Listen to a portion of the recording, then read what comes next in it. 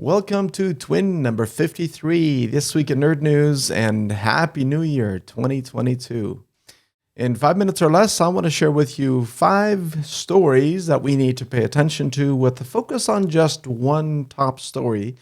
And this one is around SIM swapping. It's an attack vector that is not addressed with zero trust. It's not fixed with any kind of security awareness training. It's not fixed with an app. It's not fixed by your behavior. Well, sort of. SIM swapping is literally about an attacker socially engineering your cellular carrier by calling them up, pretending to be you, with information such as your phone number, your address, and date of birth. And with that, they can assign your phone number to their SIM card and thereby do damage.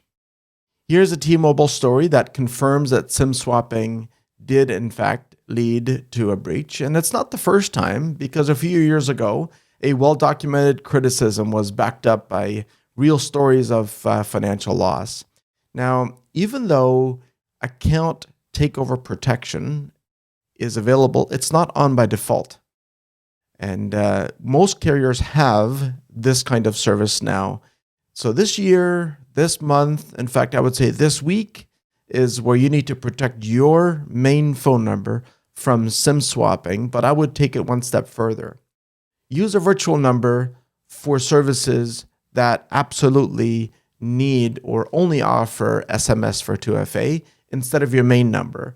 Your main mobile number can always be determined through social media, through contacts of contacts, through your existing instant messaging contact list, and so forth. But if you have a separate mobile number, in Canada, for example, Fongo lets you do this for free in some cases, or very low cost international texting to be able to achieve this. So enjoy this better security posture for 22 by not getting SIM swapped at all for you and those that you care about.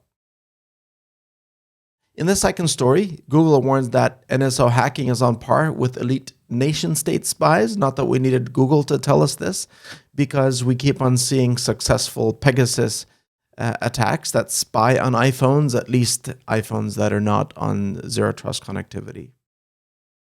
And I thought I would throw in this 2021 in review of cloud security breaches and vulnerabilities. There's some in this list that I don't remember seeing, so it's good to be aware.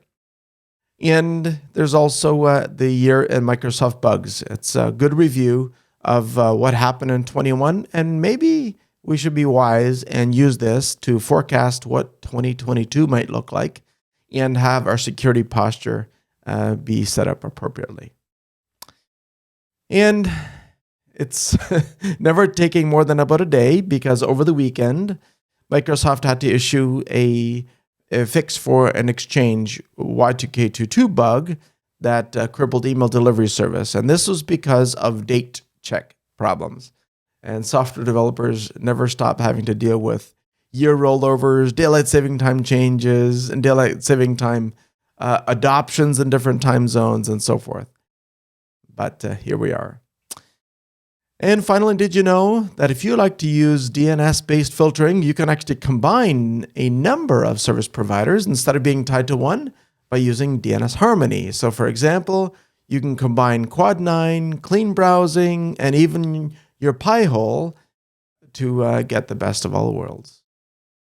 Enjoy. See you again next week.